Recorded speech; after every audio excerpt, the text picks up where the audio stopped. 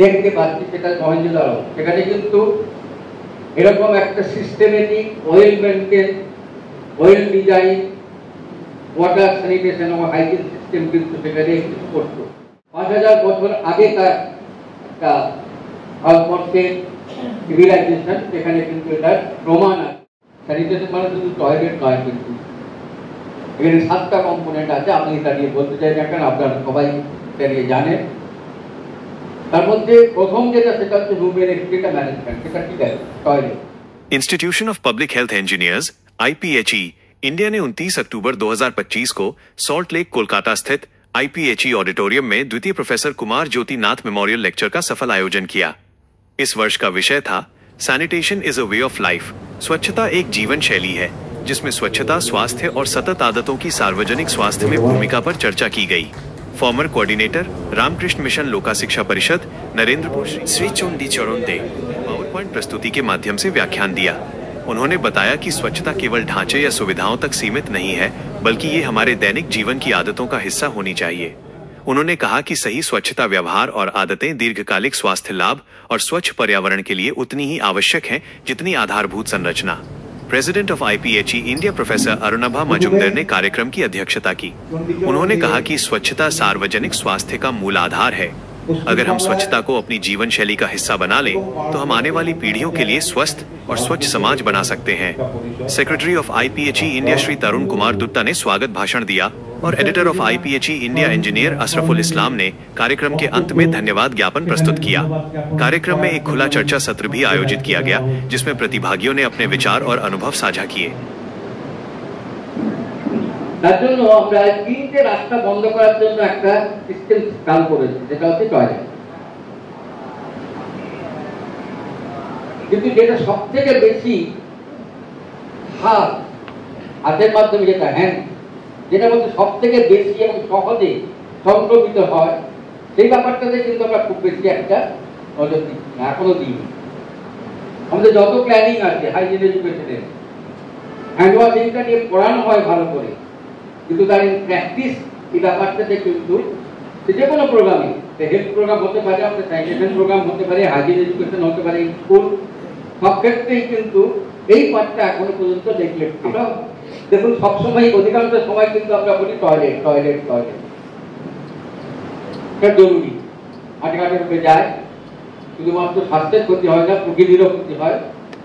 একটা সমীক্ষা আমাদের ভারতবর্ষে হয়েছিল ইউনিসেফের সহযোগিতায়, যেটা হচ্ছে মাঠে ঘাটে মলত্যাগ করার ফলে যে মিথেন গ্যাস ইমিশন হয়, তাতে আমাদের গ্রিন হাউস গ্যাসের পরিমাণ কিন্তু বেড়ে যাচ্ছে। এবং আমাদের যে সরকার মিশন কর্মসূচি নেওয়ার পেছনে একটা গুরুত্বপূর্ণ যুক্তি ছিল, আমাদের এই মিথেন গ্রিন হাউস গ্যাস যেটা বাড়ছে মাঠে ঘাটে পায়খানা করার জন্য মিথেন গ্যাসের মাধ্যমে, সেটার থেকে যদি আমরা কমাতে চাই, তাহলে কিন্তু সেটা একটা নির্দিষ্ট জায়গাতে নির্দিষ্ট বাড়িতে করার দরকার, রিডিউস করার জন্য। এটাও একটা যুক্তি ছিল যখন স্বচ্ছ ভারত মিশনের পরিকল্পনা করা হয়।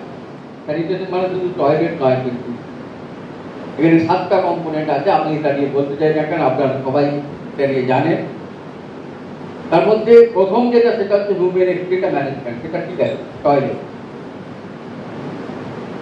আমাদের যত এখন পর্যন্ত সেটা সব থেকে বড় ফ্ল্যাগশিপ প্রোগ্রাম আমাদের স্বচ্ছ ভারত মিশন, সেখানেও কিন্তু ফার্স্ট পেজে সেটা ক্লিন ইন্ডিয়া ডিক্লেয়ার করার কথা ভাবলেও, ফার্স্ট পেজে স্বচ্ছ ভারত মিশনের প্রথম যে পেজটা SPMG গ্রামীণ, যেটা সেই ক্ষেত্রে বলবো, সেখানে সব থেকে বেশি টাকা এই সময়েই কিন্তু ভারতবর্ষে সরকারিভাবে এত টাকা অ্যালটমেন্ট হয়েছিল। স্বাধীনতার পরে এত বেশি টাকা কোথাও, আমরা 1986 সালেই রুরাল স্যানিটেশনটা একটা গাইডলাইন তৈরি হওয়ার পর থেকে, সেটা কিন্তু স্যানিটেশন আমাদের ওয়াটার অ্যান্ড স্যানিটেশন ডিকেড ছিল। সেই ডিকেডে একটা গাইডলাইন তৈরি হয়, তার সেই গাইডলাইন তৈরির সময় আমাদের প্রফেসর কেজেনাথ যে কমিটি ছিল যারা করছিলেন, তার বিভিন্ন সাবকমিটিও উনি ছিলেন। এবং উনি একটা কমিটি ছিলেন, আমাদের প্রফেসর আমাদের প্রফেসর শিক্ষক চক্রবর্তী, তিনিও কমিটিতে ছিলেন। যে দুজনের সেই সময় থেকে আমার সঙ্গে ওনাদের যোগাযোগ 1986 সময় থেকে। তো এখন এই যে টাকা এলো, টয়লেট তৈরি হলো, কতখানি তৈরি হয়েছে কি তার সমস্যা সেটা নিয়ে হয়তো আমরা একটু কথা বলবো, কিন্তু তার ব্যবহার, টয়লেটের কথা আমরা বলছি, টয়লেট বানিয়ে দেওয়ার কথা বলছি, টয়লেট ব্যবহার নিয়ে বলছি না, তার মেনটেন্যান্স নিয়ে বলছি। 2019 সালে ডিক্লেয়ার করলাম আমরা ওপেন ডেফিকেশন ফ্রি ইন্ডিয়া। আমরা সবাই জানি কতখানি ওপেন ডেফিকেশন ফ্রি হয়েছে। হ্যাঁ, তবে ঠিক এই পিরিয়ডের মধ্যে একটা ভালো পার্সেন্টেজ মানুষ কিন্তু টয়লেট ব্যবহার করছেন এবং বিভিন্ন সমীক্ষা বলছে টয়লেট ইউজ রেটও বেড়েছে। মেদিনীপুর প্রজেক্ট যেটা আমরা করেছিলাম তার মূল ভাবনা ছিল স্যানিটেশন এডুকেশন, টয়লেট কনস্ট্রাকশন নয়। Toilet will be constructed by the family themselves. That is their responsibility. তারা একটা যদি কুড়ে ঘরও বানায়, তারা নিজের পয়সায় বানায়। এখন সরকার দেয় আবাস যোজনার টাকা আছে, উন্নয়নমূলক কর্মসূচি, কিন্তু 90 সালে আবাস যোজনা ছিল না। তখন পর্যন্ত মানুষ, গরিব মানুষ তার যে একটা বাড়ি বানাবে সে যেভাবে যতটুকুই বানাক, দিকে বানানো অথবা খড়ের চাল দিক, পাতার চাল দিক, যাই করুক, সে নিজের থেকে বানাবো, সেটা নিজের ইংলিশে। পরবর্তীকালে যখন টয়লেট বানিয়ে দেওয়া হলো, সেটাই তার নিজের মনে করলো না। কি করলো আমরা দেখেছি, আমার নিজের চোখেই দেখা আছে। আমরা এটা সিআরএসির প্রথম ভাগে 2000 টাকা করে, 2600 টাকা করে সাবসিডি দেওয়া হতো। আমাদের যত পলিসি ডকুমেন্টস আছে সেখানেও দেখবেন পলিসি ডকুমেন্টসে কিন্তু সমস্ত ব্যাপারটা লেখা আছে। পিসিসি, এসপিসিসি, এগুলো শব্দগুলো আপনারা জানেন। Behavioural communication, social and behavioural communication ইত্যাদি ইত্যাদি বহু বিষয় বলা থাকে। স্যানিটেশনের 7 কম্পোনেন্টস সবগুলোর সম্বন্ধেই কিন্তু বলা থাকে যেগুলো করতে হবে, কিন্তু আলটিমেটলি যখন ইমপ্লিমেন্টেশন হয় তখন কিন্তু প্রায়োরিটি যেটা রয়েছে সেটা হচ্ছে টয়লেট করা অথবা solid and liquid waste management. এখন যেটা হচ্ছে ভারত মিশনে, সেখানে কিন্তু শুধুমাত্র কতগুলো খাঁচা বানাও, তাতে করে কালেকশন সিস্টেম চালু করো, কতখানি সেটা কার্যকরী হবে, সফল হবে, সে ব্যাপারটা নিয়ে কিন্তু আমরা কেউ ভাবছি না। আমরা দেখি শহরে এরকম হয়, শহরের অভিজ্ঞতাটাকে গ্রামের মতো করে একটা খাঁচা তৈরি করে আমরা ঠিক করার চেষ্টা করছি, কিন্তু আলটিমেটলি আমাদের যেটা অভিজ্ঞতা অধিকাংশ ক্ষেত্রে কিন্তু এই যে ব্যবস্থাপনাটা তৈরি হচ্ছে সেটা কিন্তু কিছুদিন চলার পরে ভূমি গিয়ে চলে যায়, কারণ এটা ডিপেন্ডেন্ট হয়ে যাচ্ছে। ডিপেন্ডেন্ট সরকার আবার যদি টাকা দেয় তাহলে লোক থাকবে, তারা কাজ করবে। স্বাধীনতার পরে আমাদের প্রথম যে পঞ্চবার্ষিক পরিকল্পনা সেখানে ছিল, সেখানে ওয়াটার সাপ্লাই অ্যান্ড স্যানিটেশন কর্মসূচির নাম দিয়ে, national water supply and sanitation programme নাম দিয়ে এটা হেলথ ডিপার্টমেন্টের সঙ্গে সংযুক্ত করে ভারত সরকার র্যানিংয়ের শুরু করেছে। পরবর্তীকালে এটা রুরাল ডেভেলপমেন্টে যায়। এই সময় একটা ঘটনা ঘটে, তখন একটা টয়লেটের মডেল তৈরি করা, সিঙ্গুল মডেল বলে পরিচিত। একটা গোল স্পটিং প্লেট, তার সঙ্গে একটা প্যানের মতো জিনিস লাগানো থাকতো, সিমেন্টের তৈরি, সেটাই গ্রামে গ্রামে চালু করার চেষ্টা করা হয়েছে। সিঙ্গুল মডেলের এই যে মডেলটা, এবং সেখানে একটা ট্রেনিং সেন্টার হয়েছিল আমাদের সিঙ্গুরে, এখনো সেটা আছে, health and sanitation training centre.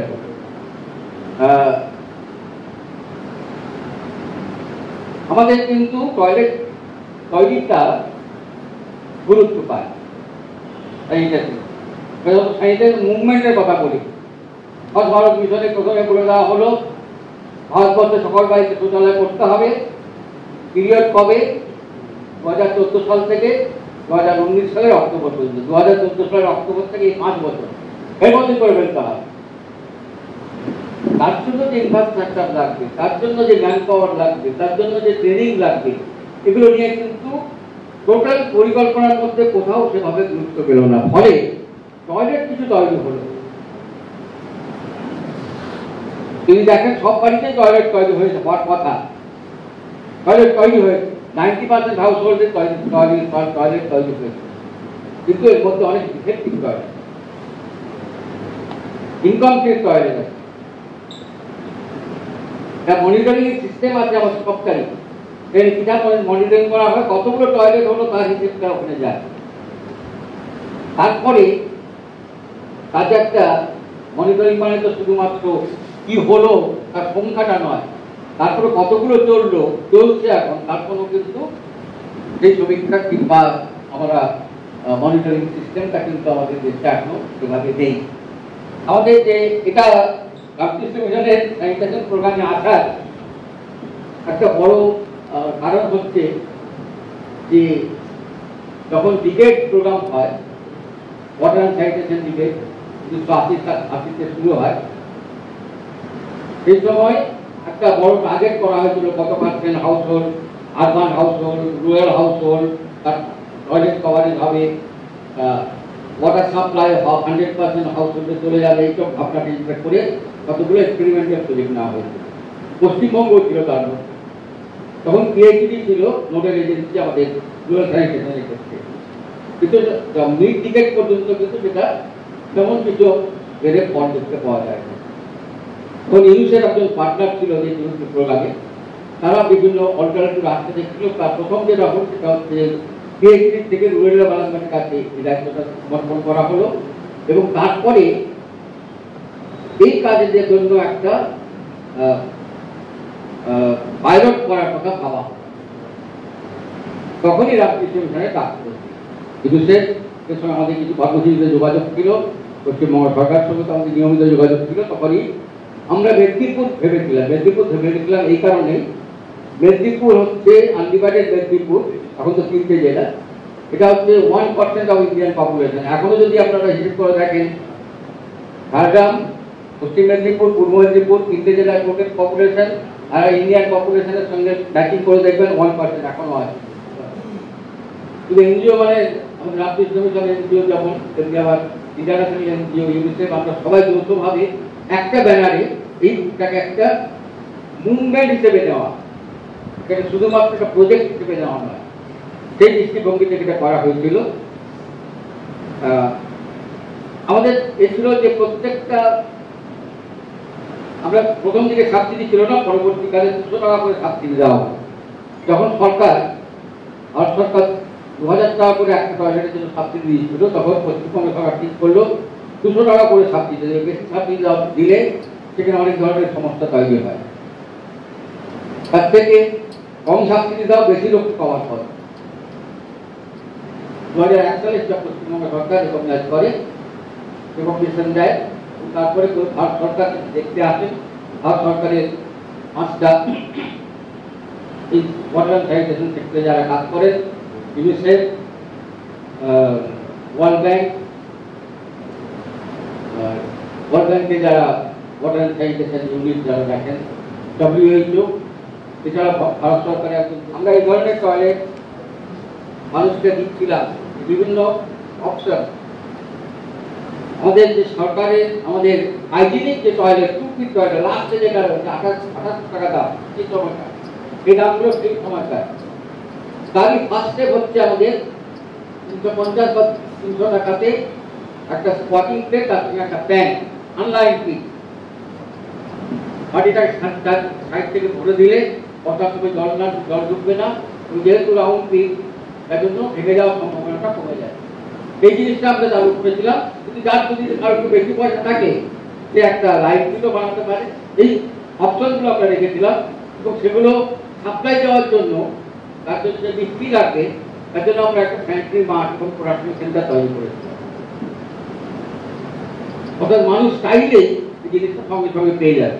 এই বাড়িতে তারা যেটা করে সেটাকে আর একটু ভালো করার জন্য করে আমরা এইগুলো প্রচার করতাম, এবং তারা করতো, তাদের উদ্বুদ্ধ করতাম নিজেই করুন। এটা একটা পলিসি সেট, এটা হচ্ছে যে বাঁকুড়া এবং পশ্চিম মেদিনীপুরে খুব প্রচলিত একটা পলিসি। তার তলায় জল ফুটো করে দেয়, সেখানে একটা লঙ্কা গাছ লাগানো আছে, কুমড়ো গাছ লাগানো আছে, সেখানে পত্রিকা বসিয়ে দেয়।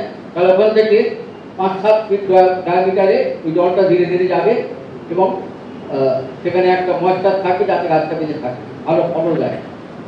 আমরা এইটাকে সংগ্রহ করে বিভিন্ন জায়গাতে, যে বাড়িতে যে জলটা, তাদের ড্রেন করে জলটা নিয়ে যাওয়ার কোনো জায়গা নেই, আচ্ছা বলতাম বালতিতে ভরো, তোমার একটু দূরে যেখানে আছে কয়েক লাখ টাকা সেখানে পলিথিন ভরো।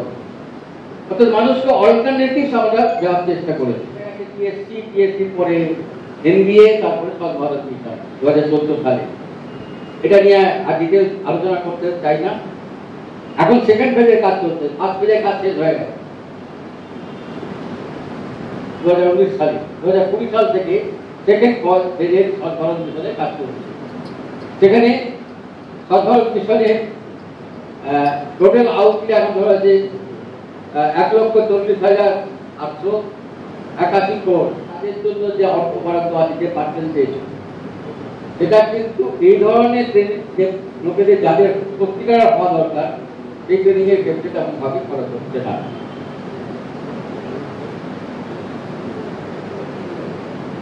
এই ক্ষেত্রে সলিড অ্যান্ড লিকুইড ম্যানেজমেন্টের কথা বলা হয়েছে, আর গ্রে ওয়াটার ম্যানেজমেন্টের ক্ষেত্রে কথাটাই বলা হয়েছে। প্লাস্টিক ওয়েস্ট তো আছে, ফিকাল সার ম্যানেজমেন্টও আছে এগুলো। এখন আমরা কিছু কিছু ট্রেন দেখতে পাচ্ছি। প্রথম উপরে যে ছবিটা সেটা হচ্ছে আজ থেকে 20 বছর আগেকার। তখন আমরা মেদিনীপুর জেলাতে কিছু স্কুলে এরকম বোঝাতে চেষ্টা করছিলাম যে বাচ্চাদের হাত ধোয়া অভ্যাসটা করা, কোর থেকে জল তুলে বা পুকুর থেকে জল এনে সাবান দিয়ে হাত ধোয়ার চেষ্টা করছি।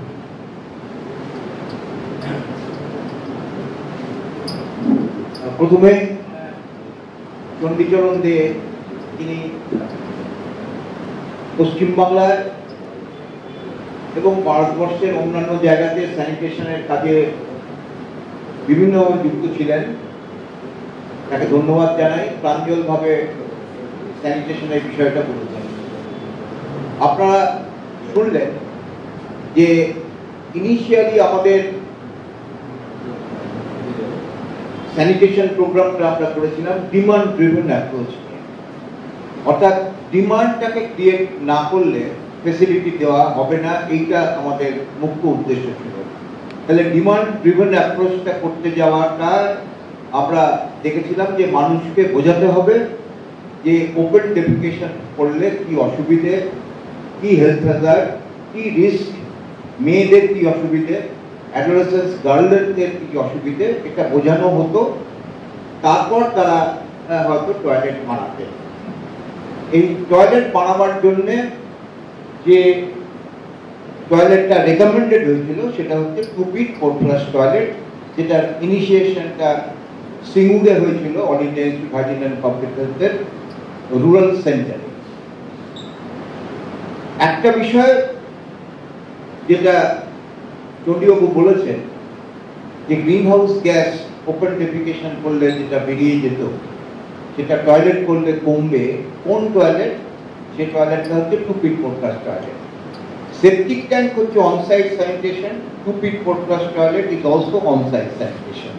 But why we selected 2 feet 4 flush toilet? Because septic tank A anaerobic decomposition হয় এবং সেখান থেকে মিথেন গ্যাস এবং কার্বন ডাইঅক্সাইড বেরিয়ে যায়, তার জন্য ভেন্ট পাইপ আছে।